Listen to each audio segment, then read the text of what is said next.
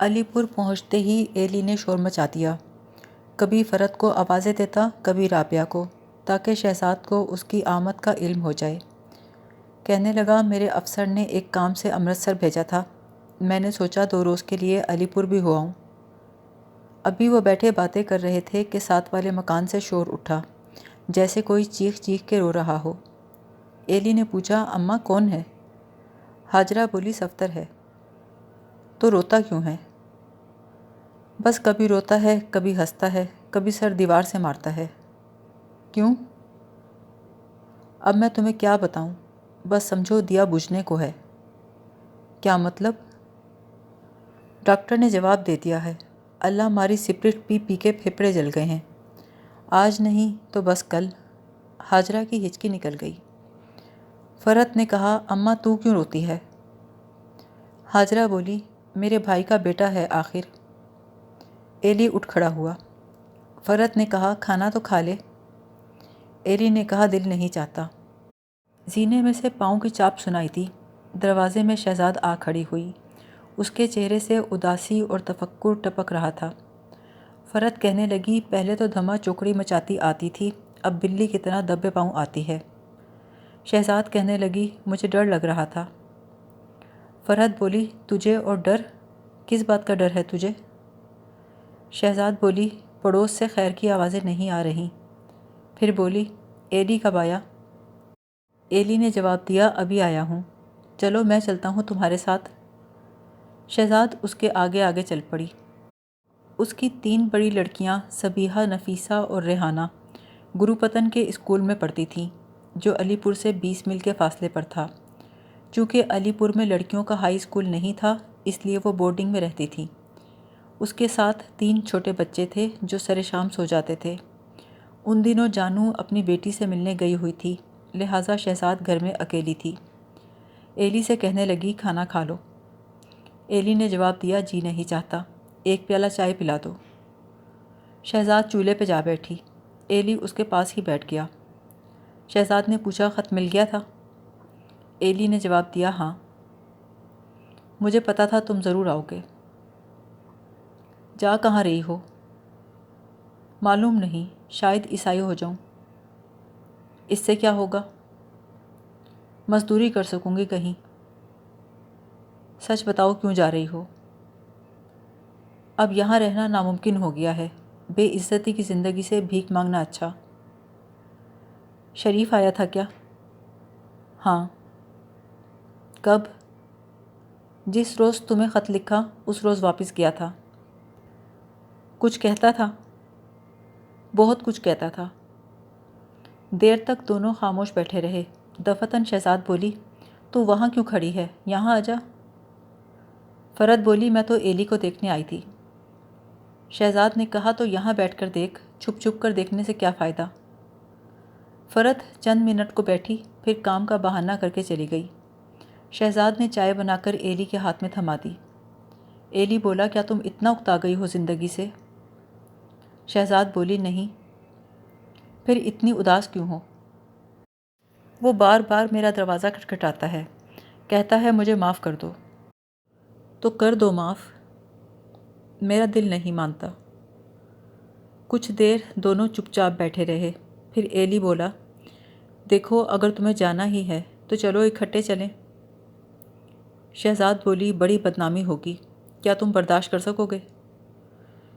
ایلی نے کہا، میری بات چھوڑو، میں مرد ہوں، سب کچھ برداشت کر لوں گا، لیکن میری تنخواہ بہت کم ہے۔ شہزاد خاموش رہی۔ ایلی نے کہا، شہزاد تم غربت سے واقف نہیں ہو، غربت برداشت نہیں کر سکو گی، اور اگر بچے چھوڑ کے جاؤ گی تو ان سے جدائی بھی برداشت نہیں کر سکو گی۔ بولو۔ شہزاد کہنے لگی، میں تمہارے ساتھ جانے کو تیار نہیں۔ تو اکیلی کہاں جاؤ گی؟ چلی جاؤں گی کہیں بھی۔ کیا یہ تمہارا آخری فیصلہ ہے؟ ہاں۔ بڑی دیر تک ایلی اور شہزاد جانے کی بات پر بحث کرتے رہے۔ آخر ایلی نے کہا، ایک بات کہوں؟ کہو۔ چلو اس کا فیصلہ نہ تم کرو نہ میں، آؤ پرچیاں ڈال لیں، ایک پر لکھو دونوں، دوسری پر لکھو اکیلی۔ اگر پرچی میں اکیلی نکلا تو میں چلا جاؤں گا، اگر دونوں نکلا تو تم میرے ساتھ چلنا۔ بولو منظور ہے؟ شہزاد خاموش بیٹھی رہی، پھر بولی، ساری عمر جوا ہی کھیلا ہے، یہ بھی صحیح، لیکن میری ایک شرط ہے ایلی۔ کیا؟ اگر اکیلی کی پرچی نکلی تو وعدہ کرو کہ تم شادی کر لو گے اور زندگی بھر مجھ سے نہیں ملو گے۔ یہ کیسے ہو سکتا ہے؟ میری خاطر ہمیشہ سب کچھ ہوتا آیا ہے، دیکھ لینا آئندہ بھی جو میں چاہوں گی وہی ہوگا۔ اچھا، اگر میں نہ مانوں تو؟ شہزاد کی آنکھوں میں چمک نظر آئی۔ میری خاطر تم یہ بھی کرو گے، ورنہ میں یہ جوا نہیں کھیلوں گی۔ اچھا، مجھے منظور ہے، ایلی نے کہا۔ شہزاد اٹھی، کاپی کا ورق پھاڑا، پینسل نکالی اور لکھنے بیٹھ گئی۔ ایلی کہنے لگا، اگر بچوں کو ساتھ لے کر جاؤ گی تو بہت غربت جھیلنی پڑے گی۔ میں تو کہتا ہوں لڑکیوں سے سچی بات کہہ دو اور پوچھ لو، بلکہ بتا دو کہ ہمارے ساتھ گئیں تو بھوکوں مرنا پڑے گا۔ شہزاد بولی، ٹھیک ہے۔ اس کی آنکھوں میں آنسو بھر آئے، اس نے پینسل میز پہ رکھ دی اور دونوں ہاتھوں میں سر تھام کے رونے لگی۔ عین اسی وقت ملحقہ کمرے سے شور سنائی دیا۔ صفدر چیخ رہا تھا، میں مر بھی نہیں سکوں گا، سن رہی ہو؟ میں مروں گا بھی نہیں۔ صفدر کھانس رہا تھا، کمرے میں ادھر سے ادھر پھر رہا تھا۔ اس کی بیوی اس کی منتیں کر رہی تھی، ننھی کے ابا، خدا کے لیے مت پیو، ان بچوں کی خاطر اپنے بچوں پہ رحم کرو۔ صفدر کی آواز آئی، چلی جاؤ، مجھ پہ کسی نے رحم نہیں کیا، میں بھی کسی پہ رحم نہیں کروں گا۔ خدا کے لیے ننھی کے ابا، اپنے آپ پہ رحم کرو، یہ زہر نہ پیو۔ وہ چلا رہا تھا، ہٹ جاؤ، دفع ہو جاؤ، مجھے پینے دو۔ پھر اسے کھانسی کا دورہ پڑ گیا، پھر خاموشی چھا گئی۔ شہزاد گمسم بیٹھی تھی۔ ایلی نے پوچھا، کیا سوچ رہی ہو؟ کچھ بھی نہیں۔ اس کے گالوں پہ آنسو ڈھلک رہے تھے۔ ایلی سوچ رہا تھا نہ جانے صفدر کے متعلق کون سی بات تھی جو شہزاد چھپا رہی تھی، جس کی وجہ سے اس کے آنسو رکتے نہیں تھے۔ آخر کوئی بات تو تھی۔ کچھ دیر دونوں خاموش بیٹھے رہے، پھر ساتھ والی دیوار سے ٹھک ٹھک کی آواز آنے لگی۔ شہزاد کے کان کھڑے ہو گئے۔ ایلی نے پوچھا، کیا صفدر ہے؟ شہزاد نے اسبات میں سر ہلا دیا۔ دیوار کیوں بجا رہا ہے؟ شہزاد خاموش رہی۔ ایلی بجھ سا گیا۔ کیا شہزاد اور صفدر ملنے کے لیے اس طرح دیوار بجایا کرتے تھے؟ پھر صفدر کی مدھم آواز سنائی دی، مجھے معاف کر دو، بس ایک بار معاف کر دو۔ ایلی نے کہا، شہزاد اسے کہہ دو کہ معاف کر دیا۔ شہزاد نے کہا، میرا دل نہیں مانتا۔ صفدر کی آواز آئی، میں مر بھی نہیں سکوں گا، مجھے معاف کر دو۔ پھر وہ چلایا، کہہ کیوں نہیں دیتی کہ معاف کیا؟ شہزاد نے کہا، ساری عمر جانکنی کے عذاب میں رہ۔ ایلی نے حیرت سے شہزاد کو دیکھا، وہ اتنی سخت دل تو کبھی نہ تھی۔ کچھ دیر خاموشی چھائی رہی، پھر دیوار سے ٹھک ٹھک کی آواز آنے لگی۔ ایلی نے منت کی، شہزاد میری خاطر اسے معاف کر دو۔ میں دل سے نہیں کر سکوں گی، صرف ہونٹوں سے کہہ دو۔ شہزاد نے ٹرنک پر سے تالا اٹھایا اور دیوار پہ مارا، ٹھک ٹھک ٹھک۔ دوسری طرف سے صفدر کی آواز آئی، کیا تم ہو؟ پھر اس نے دیوار بجائی، ٹھک ٹھک ٹھک۔ شہزاد نے پھر تالا دیوار پہ مارا۔ صفدر بولا، تم ہو نا؟ ہاں، شہزاد بلند آواز میں بولی، میں نے معاف کیا۔ ساتھ والے کمرے سے صفدر کے ہنسنے کی آواز آئی۔ وہ نعرے لگا رہا تھا، ناچ رہا تھا، کہہ لگا رہا تھا۔ پھر اسے کھانسی کا دورہ پڑ گیا، پھر کہہ کرنے کی آواز آنے لگی، پھر خاموشی چھا گئی۔ ایلی اور شہزاد کچھ دیر خاموش بیٹھے رہے، پھر ایلی نے کہا، چلو اب پرچی تو لکھو۔ ہاں، پرچی۔ شہزاد گویا خواب سے بیدار ہوئی۔ لکھتے وقت اس کے ہاتھ کانپ رہے تھے، اس کی آنکھیں آنسوؤں سے بھری ہوئی تھیں۔ اس نے کپکپاتے ہاتھوں سے کاغذ کے پرزوں کو تہہ کیا اور بولی، اٹھاؤ۔ ایلی نے پرچیوں کو مٹھی میں لے کر ہلایا، تم اٹھاؤ۔ شہزاد نے ایک پرچی اٹھائی، کھول کے پڑھی اور مسکرائی۔ لکھا تھا، دونوں۔ عین اسی وقت ملحقہ کمرے سے صفدر کی بیوی کے بین شروع ہو گئے۔ ایلی چونکا، کیا مر گیا؟ شہزاد نے کہا، ہاں، جان چھوٹی۔ اس کی آنکھوں سے آنسو روا تھے۔ پھر بولی، تم جاؤ، موت کا موقع ہے، تھوڑی دیر میں سارے محلے والے اکٹھے ہو جائیں گے۔ ایلی نے کہا، میں کل جاؤں گا اور انتظام کرنے کے بعد واپس آؤں گا، تم تیار رہنا۔ شہزاد نے سر ہلایا۔ دیر نہ لگانا۔ نہیں، میں جلدی آؤں گا۔ اگلے روز ایلی ڈیرہ جانے کی بجائے لاہور پہنچا۔ شہزاد نے باتوں باتوں میں کہا تھا اگر کبھی شریف کے ساتھ ایسی واردات ہو گئی تو وہ کوئی قانونی چارہ جوئی نہیں کرے گا، مایوس ہو کر بیٹھ جائے گا۔ پھر بھی ایلی جاننا چاہتا تھا کہ اگر اس نے کوئی اقدام کیا تو وہ قانون کی زد میں کس طرح آ سکتا ہے۔ اس نے کورٹ روڈ پر 2-3 چکر لگائے اور وکلا کے بورڈ پڑھنے لگا۔ پھر ایک کوٹھی کے باغیچے میں ایک معمر وکیل کو بیٹھے دیکھ کر رکا۔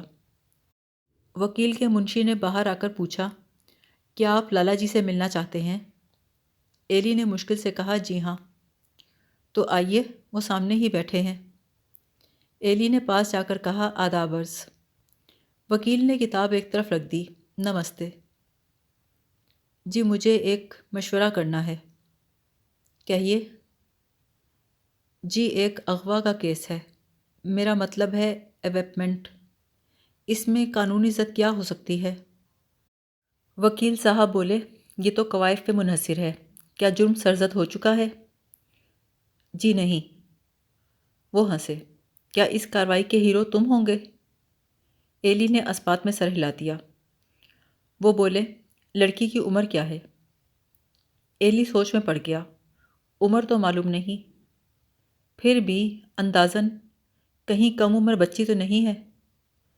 جی نہیں، اس کے اپنے 6 بچے ہیں۔ لالا جی کی آنکھیں باہر نکل آئیں۔ نوجوان، تمہیں وکیل سے نہیں ڈاکٹر سے ملنا چاہیے۔ ایلی اپنی کوفت مٹانے کے لیے سینما میں جا گھسا۔ سینما سے نکلا تو انارکلی چلا گیا۔ وہاں محمود کو دیکھ کر ٹھٹکا، ارے تم یہاں، کیا تبدیلی ہو گئی؟ نہیں، چھٹی ہو گئی ہے، یہاں کالج میں داخل ہو گیا ہوں، BA کر رہا ہوں۔ اور خرچہ کون اٹھا رہا ہے؟ وہی میم۔ اس دن مسٹر فلپ نے اس پہ حملہ کر کے اسے خود میری گود میں ڈال دیا۔ وہ مسٹر فلپ سے بولی، اگر ایسا ہے تو ایسا ہی صحیح۔ تو وہ ہے کہاں آج کل؟ میرے گھر میں ہے، چلو ملواتا ہوں۔ گھر جاتے ہوئے ایلی نے محمود کو اپنے معاملے سے آگاہ کر دیا۔ محمود سٹپٹا گیا، ارے پاگل ہو کیا؟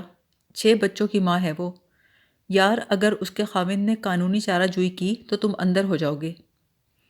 ایلی کہنے لگا، مجھے ڈراؤ نہیں، بس مدد کرو۔ میم نے سارا معاملہ سن کر مسکرا کے کہا، وہ 6 بچوں کی ماں ہے، کیا تمہارا رومانس ہے؟ ایلی نے جواب دیا، 16 سال سے۔ اس کی آنکھوں میں چمک لہرائی، 16 سال؟ محمود غصے میں چلایا، حرام زادی، ابھی رومانس کی لت نہیں گئی تیری؟ تم تو خواہ بگڑتے ہو، میم نے یوں لاٹ سے کہا جیسے بچی ہو۔ محمود نے اسے پکڑ کے اوندھا گرایا اور مکے مارنے لگا، جیسے واقعی اسکول کی بچی کو سرزنش کر رہا ہو۔ میم چلائی، ہائے میں مری۔ ایلی حیران تھا، محمود بھی کیا آدمی تھا جو میم کا محتاج ہونے کے باوجود اسے یوں پیٹ رہا تھا جیسے وہ اس کی ملازم ہو۔ محمود سے معاملات طے کرنے کے بعد ایلی ڈیرے روانہ ہو گیا۔ اس کے کانوں میں محمود کا جملہ گونج رہا تھا۔ محمود نے کہا تھا اپنی ڈیوٹی پہ حاضر رہنا، روپوش نہ ہو جانا، ورنہ مارے جاؤ گے۔ ڈیرے پہنچ کر ایلی نے ایک مکان کرائے پہ لیا تاکہ شہزاد کو الگ گھر میں رکھ سکے۔ اس انتظام کے باوجود وہ سخت گھبرایا ہوا تھا۔ جب غلام سے ملنے گیا تو غلام نے پوچھا، خیریت ہے؟ ایلی نے کہا، ہاں سب خیریت ہے۔ معلوم تو نہیں ہوتی۔ ایلی مزید گھبرا گیا، کیا واقعی اس کے چہرے پر پریشانی کے آثار اس حد تک نمایاں تھے؟ اس کا جی چاہا غلام کو ساری بات بتا دے، لیکن معلوم نہیں کیوں اس کی زبان گنگ ہو گئی۔ گھر آ کر وہ چپ چاپ کمرے میں بیٹھ گیا۔ حسب معمول نورانی سے ملنے بیٹھک میں نہیں گیا۔ نورانی از خود اس کے کمرے میں آ گیا۔ کیا بات ہے الیاس صاحب، آج میں نے دیکھا آپ سخت پریشان ہیں۔ ایلی نے محسوس کیا اسے جھٹلانا بیکار تھا۔ کہنے لگا، ہاں میں بہت پریشان ہوں۔ کیا میں کوئی مدد کر سکتا ہوں؟ نہیں، دراصل میں ایک مسئلے کے بارے میں سوچ کے پریشان ہوں۔ پھر تو میں ضرور مدد کر سکتا ہوں، میں علم جفر سے واقف ہوں۔ کیا آپ اپنا مسئلہ بتا سکتے ہیں؟ ایلی نے جواب دیا، نہیں۔ نورانی نے کہا، اچھا، آپ اپنا سوال 13 الفاظ میں لکھ لیجئے۔ شرط یہ ہے کہ الفاظ 13 سے کم ہو نہ زیادہ۔ مثلاً، کیا میں اس سال BA کے امتحان میں پاس ہو جاؤں گا؟ اس سوال میں دیکھیے پورے 13 الفاظ ہیں۔ اس کے بعد نورانی نے ایلی کو ایک عمل سمجھایا جس کی مدد سے حروف ابجد کو ہندسوں میں بدلنا تھا، پھر ان کا مجموعہ نکالنا تھا۔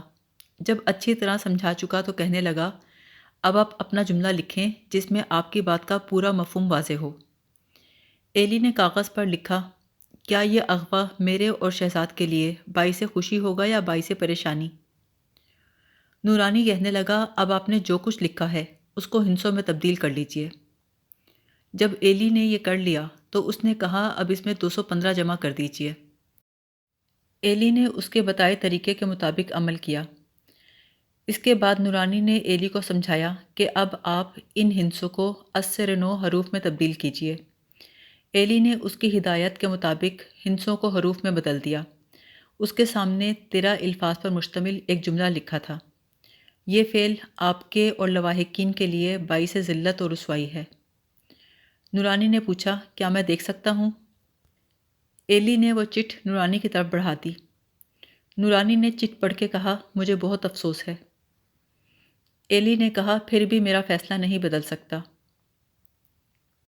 8 روز بعد ایلی لاہور اسٹیشن پر ان کا انتظار کر رہا تھا۔ شہزاد کی لڑکیوں نے کہا تھا کہ وہ ماں کا ساتھ دیں گی۔ اس کی تینوں بڑی لڑکیاں بڑی ہنسمکھ تھیں۔ سب سے بڑی صبیحہ تھی جو بے حد معصوم تھی، اس کی طبیعت میں بلا کی سادگی تھی۔ اس سے چھوٹی نفیسہ تھی، اس کا رنگ تو سانولا تھا لیکن وہ بڑی سے زیادہ ذہین تھی۔ تیسری لڑکی ریحانہ تھی، وہ بڑی بہنوں کی طرح نہ تو ذہین تھی نہ ہی ہنسمکھ، البتہ ان کی دیکھا دیکھی ہنسنا بولنا اس نے بھی سیکھ لیا تھا۔ طے شدہ انتظام کے مطابق شہزاد نے علی پور سے گرو پتن لڑکیوں سے ملنے جانا تھا، پھر گرو پتن سے محمود نے انہیں لے کر لاہور آنا تھا، جہاں سے ایلی نے انہیں ڈیرے لے کے جانا تھا۔ وہ بری طرح گھبرایا ہوا تھا۔ جب وہ لوگ لاہور پہنچے اور ایلی انہیں لے کر ڈیرے کی گاڑی میں سوار ہوا تو شہزاد کی لڑکیوں کی مسلسل ہنسی نے اس کا فکر کم کر دیا۔ انہیں خطرے کا احساس ہی نہیں تھا۔ جب ایلی نے خطرے کا ذکر کیا تو شہزاد ہنس پڑی۔ ہمارا جہاں جی چاہے گا رہیں گے، مزید بے عزتی برداشت نہیں ہوئی تو چلی آئی۔ لڑکیاں اپنی مرضی سے آئی ہیں، واپس لینا چاہتا ہے تو لے لے۔ ایلی کہنے لگا، لیکن اگر اس نے قانونی چارہ جوئی کی تو؟ شہزاد بولی، تم کیوں غم کھاتے ہو، میں بھری کچہری میں جواب دوں گی۔ انہیں ڈیرے میں رہتے 10 روز ہو گئے لیکن کوئی ایسا واقعہ نہ ہوا جو باعث پریشانی ہوتا۔ 11ویں روز محلے کے ایک بزرگ اسکول آئے اور ہیڈ ماسٹر کے توسط سے ایلی سے ملے۔ ایلی انہیں گھر لے گیا۔ انہوں نے بڑے غور سے گھر کا جائزہ لیا، پھر بولے، بھائی بات یہ ہے، مجھے شریف نے بھیجا ہے، شاید تمہیں معلوم ہو شہزاد بچے لے کر چلی گئی ہے۔ ایلی نے مصنوعی تعجب سے کہا، چلی گئی ہے؟ ہاں میاں، ہم صرف اس لیے آئے ہیں کہ کہیں تم شہزاد کی مدد نہ کرنا، ورنہ خواہ دقتیں بڑھ جائیں گی، کیونکہ شریف کہتا ہے اس معاملے میں سخت کارروائی کرے گا۔ ان کے جانے کے بعد ایلی نے سارا معاملہ شہزاد کے روبرو بیان کیا۔ وہ ہنستے ہوئے بولی، سخت کارروائی کرنے والے دھمکیاں نہیں دیا کرتے، کر گزرتے ہیں۔ لیکن ایلی نے اگلے روز ہی 1 ماہ کی چھٹی لی اور سب کو امرتسر لے گیا۔ شریف چھٹی لے کر علی پور آیا۔ جب اس نے دیکھا کہ اس کے گھر میں دھول اڑ گئی ہے، اس کی بیوی اور بچے اسے چھوڑ گئے ہیں، تو اس میں عجیب تبدیلی ہوئی۔ وہ شریف جس نے کبھی محلے میں کسی سے اونچی آواز میں بات نہیں کی تھی، احاطے کے میدان میں آ کھڑا ہوا۔ اس کے منہ سے جھاگ نکل رہا تھا، وہ چلا رہا تھا، محلے والوں کی خودی کو للکار رہا تھا، اپنی لٹی ہوئی دنیا کا واسطہ دے رہا تھا۔ شریف کی آواز سن کر محلے کی عورتیں کھڑکیوں میں آ گئیں، چلا چلا کر شہزاد کے قصے بیان کرنے لگیں۔ میں کہتی ہوں یہ ایلی ہی کا کام ہے۔ ارے جو یہاں ہوتا رہا اسے دیکھ کر ہماری آنکھیں پک گئی تھیں۔ آیا ہے گند مچا رکھا تھا اللہ کی بندی نے، وہ تو اعلانیہ ملتے تھے۔